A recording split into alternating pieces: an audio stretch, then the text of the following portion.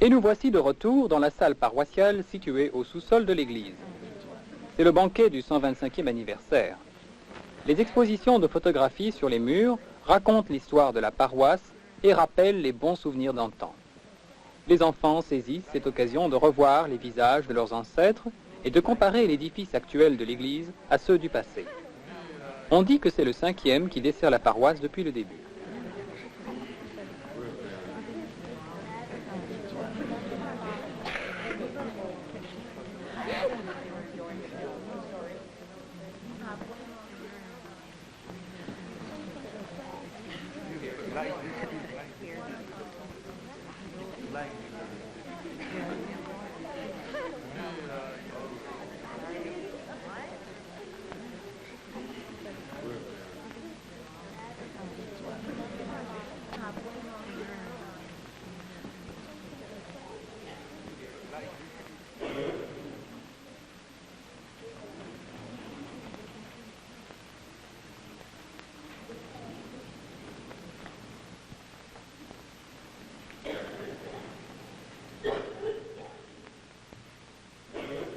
C'est le père Léo de Nomy qui est conférencier d'honneur. Son père, Télésphore de Nomy, a été le concierge de l'église pendant plusieurs années. Et il a pris sa retraite au village.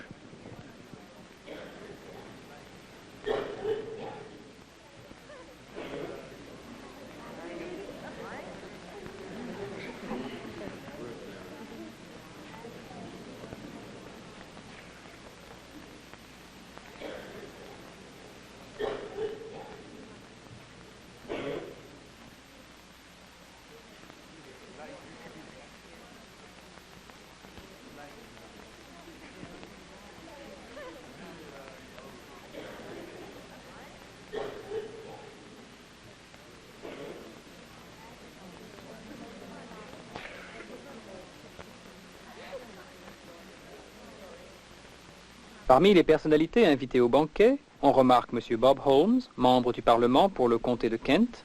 Il y a aussi le député du Parlement provincial pour la région de Chatham-Kent, M. Andy Watson, qui demeure dans Dover Township, ainsi que la présidente du conseil municipal, Mme Rita Burke.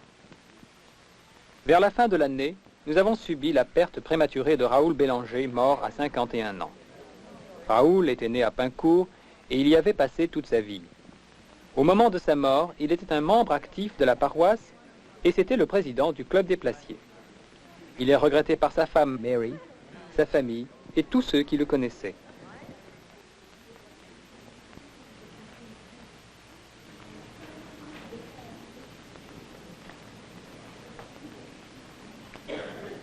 Le 125e anniversaire se termine par le partage d'un énorme gâteau.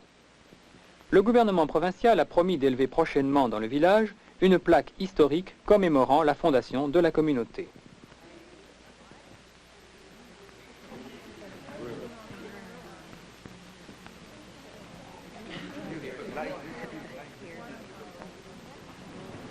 Dover Township produit plusieurs moissons annuelles en plus de celles de l'automne.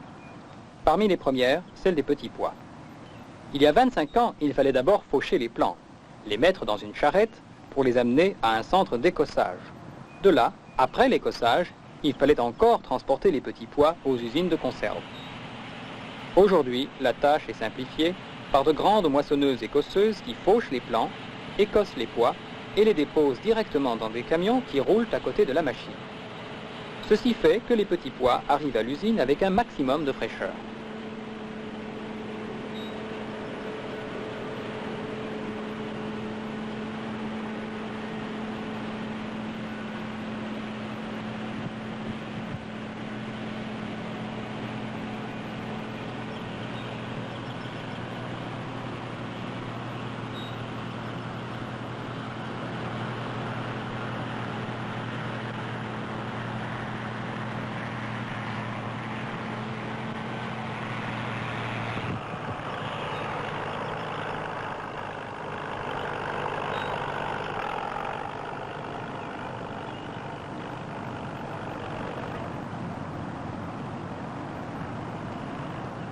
C'est en juillet que le blé d'hiver tourne à une belle couleur dorée.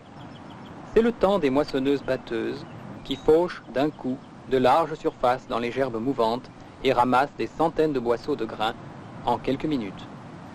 La moisson se poursuit presque sans relâche jusqu'à ce que les champs ne soient plus que chaumes. On amène le blé au silo pour y peser la moisson du jour. On vérifie son degré d'humidité et on l'entrepose en un rien de temps. Dover Township se spécialise également dans le grain de semaille qu'on vend à d'autres régions productrices dans le sud-ouest de l'Ontario. Fort heureusement cette année, la moisson a pu échapper aux inondations du printemps pour produire un bon rendement.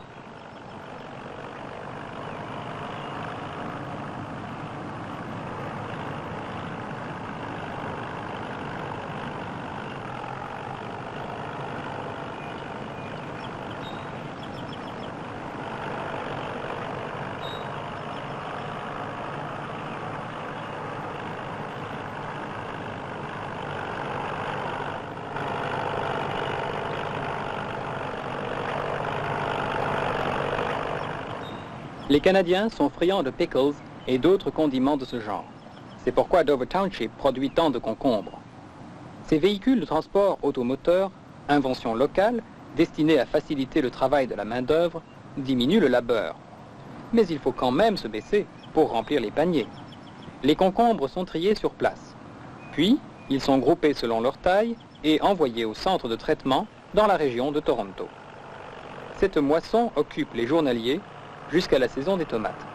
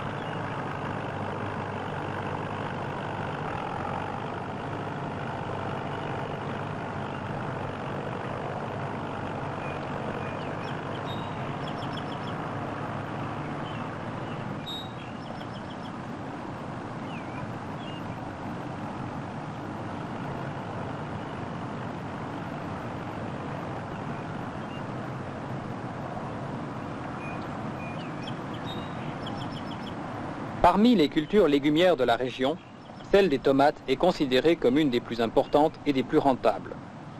Rien qu'avec les tomates, les cultivateurs du comté de Kent ont gagné plus de 14 millions de dollars en 1979. Le plus gros de la main-d'œuvre journalière pour la cueillette des tomates vient du Québec et du Nouveau-Brunswick. Au lieu de retourner chez elles, dans l'Est, certaines familles ont choisi de s'établir dans le pays et Pincourt les reçoit bien. Ces nouveaux venus s'ajoutent à la culture canadienne-française locale.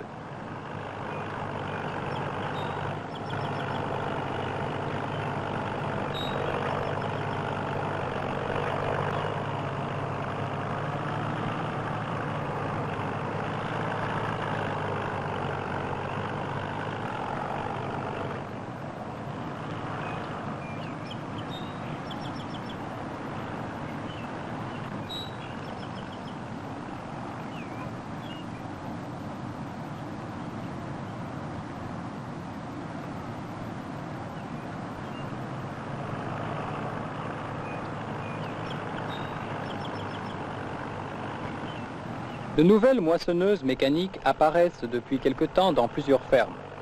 La machine cueille les tomates destinées aux pâtes alimentaires. Elle peut supporter jusqu'à 12 ouvriers qui sont chargés de retirer les tomates encore vertes du tapis roulant. On accélère le processus de maturation au moyen de produits chimiques, ce qui permet de faire la moisson en une seule fois, sans attendre que les tomates retardataires mûrissent. La recherche inlassable nous délivrera peut-être un jour des rigueurs de la cueillette.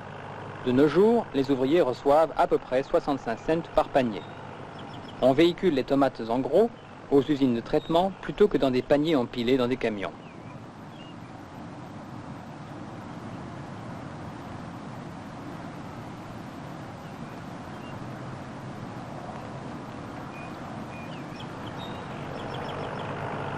Pour l'ampleur de sa culture, le soya rivalise maintenant avec le maïs. Ces fèves jaunes sont cultivées sur plus de 200 000 acres des terres du comté de Kent. La compagnie King Grain de Pincourt exporte le produit de premier choix à Hong Kong et en Malaisie. Les prix étaient fixés autour de 7 $ le boisseau en 1979, ce qui fournissait un bon revenu aux cultivateurs grâce au système de la coopérative des marchés.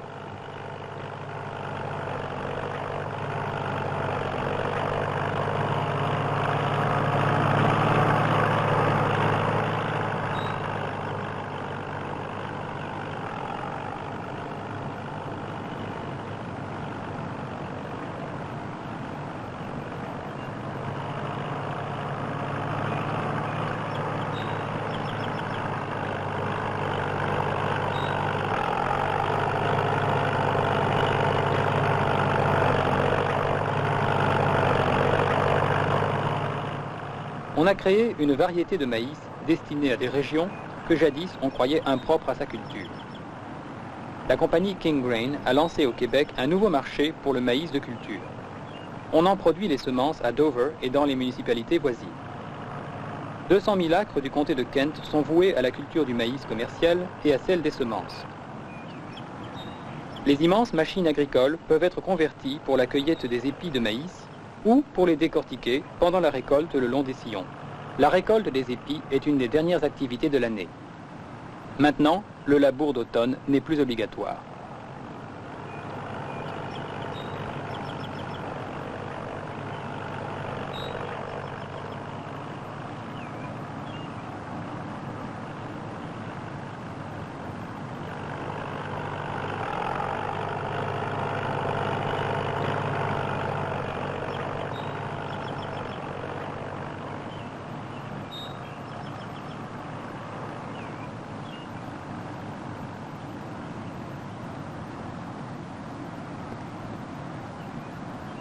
Tandis que cette année touche à sa fin, nous pouvons nous rendre compte que bien des changements ont eu lieu depuis 25 ans.